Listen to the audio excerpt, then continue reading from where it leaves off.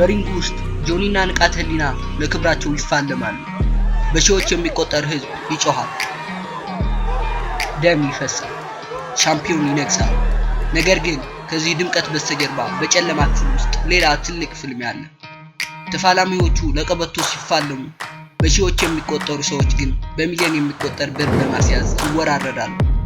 ጆኒ ንቃተ ህሊናን ሲያሸንፍ ጥቂቶች በአንድ ጀንበር ሚሊዮነር ሆኑ። በሺዎች የሚቆጠሩት ግን የቤታቸውን ኪራይ፣ የልጆቻቸውን ትምህርት ቤት ክፍያና የህይወት ተስፋቸውን በሰከንድ ውስጥ አጡ። ይህ ከስፖርት በስተጀርባ ያለው ያልተነገረው ቆሻሻው የስፖርቱ ቁማር ነው። ቁማር ቢዝነስ ነው። አዎ፣ እንዲያውም ዓለም ላይ በጣም አዋጭ የሆነ ቢዝነስ። ነገር ግን ከሌሎች ቢዝነሶች የሚለየው ሌሎች ቢዝነሶች ላይ ሁሉም ሲያተርፍ፣ ቁማር ላይ ግን የሚያተርፈው የቤቱ ባለቤት ወይም አቋማሪው ብቻ ነው። ስፖርት ደግሞ የቁማር ትልቁ መሳሪያ ነው። በዓለም አቀፍ ደረጃም እግር ኳስ፣ ቦክስ እና ዩኤፍሲ ፋይት ትላልቅ የቁማር ስፖርቶች ናቸው። ኢትዮጵያ ላይ ደግሞ ለእግር ኳስ ቤቲንግ ወይም ቁማር አዲስ ባንሆንም ለቦክስ እና ዩኤፍሲ ፋይት ቤቲንግ ግን ገና ጅማሬው ላይ ነን። ይህ ደግሞ ገና ከአሁኑ ትልቅ ዋጋ እያስከፈለን ይገኛል።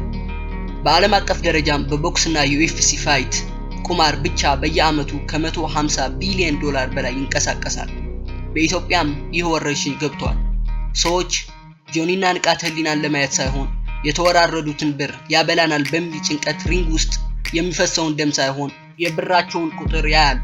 ተዋጊው ሲጎዳ እነርሱም ኪሳቸው ይጎዳል። ይህ ነው ትልቁ የዚህ ትውልድ ስህተት፣ በሌላ ሰው ላብ ሀብታም ለመሆን መሞከር። ይህ የዩኤፍሲ እና ቦክሲንግ ውድድርም እንደሚቀጥል ሰምተናል። ያ ማለት ደግሞ ንቃተ ህሊና ያሸንፋል ብሎ አስይዞ የነበረው ሰው ያንን ብሩን መክሰሩን ሳይበቃው ለሁለተኛ ጊዜ ደግሞ ሴዶ ያሸንፋል በማለት ደግሞ ብሩን ለመክሰር እየተጠባበቀ ይገኛል ማለት ነው። ጆኒ ከንቃተ ህሊና ጋር ባደረገው ውድድር 1 ሚሊዮን የተሸለመ ሲሆን አሁን ላይ ግን ከሴዶ ጋር ለሚያደርገው ውድድር 5 ሚሊዮን ብር ተመድቦለታል። ይህም የስፖርቱ ተቀባይነትና አትራፊነት በግልጽ ያሳያል። ነገር ግን አዘጋጆቹ ውድድሩን እያዘጋጁ ያሉት ትርፍ አግኝተውበት ሳይሆን ወጣቱን ለመጥቀም እንደሆነ እየተናገሩ ይገኛል።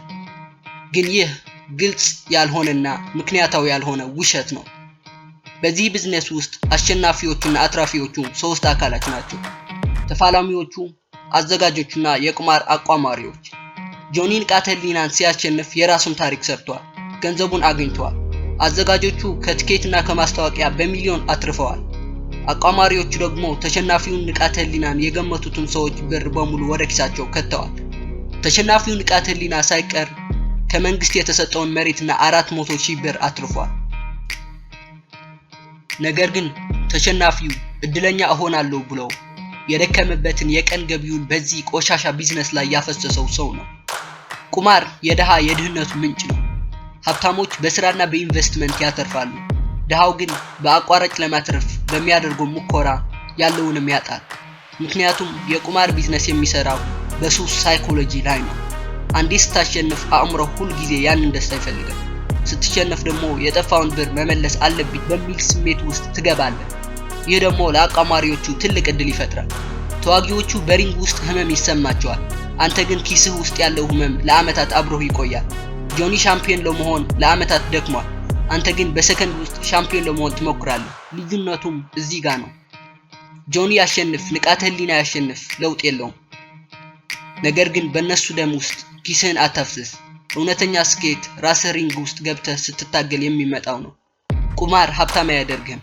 ይልቁንም ላንተ የሚገባውን ሀብት ወደ ቁማር አቋማሪዎች ኪስ ያፈሳል። በሌላ ሰው ድል ላይ አትወራረድ። በራስህ ህይወትና ስራ ላይ ተወራረድ። ያኔ ሁልጊዜ አሸናፊ ትሆናለህ። ስለተመለከታችሁት አመሰግናለሁ። በቀጣይ በሌላ አስገራሚና አስደናቂ የቢዝነስና የስኬት ታሪክ እስከምንገናኝ ባይ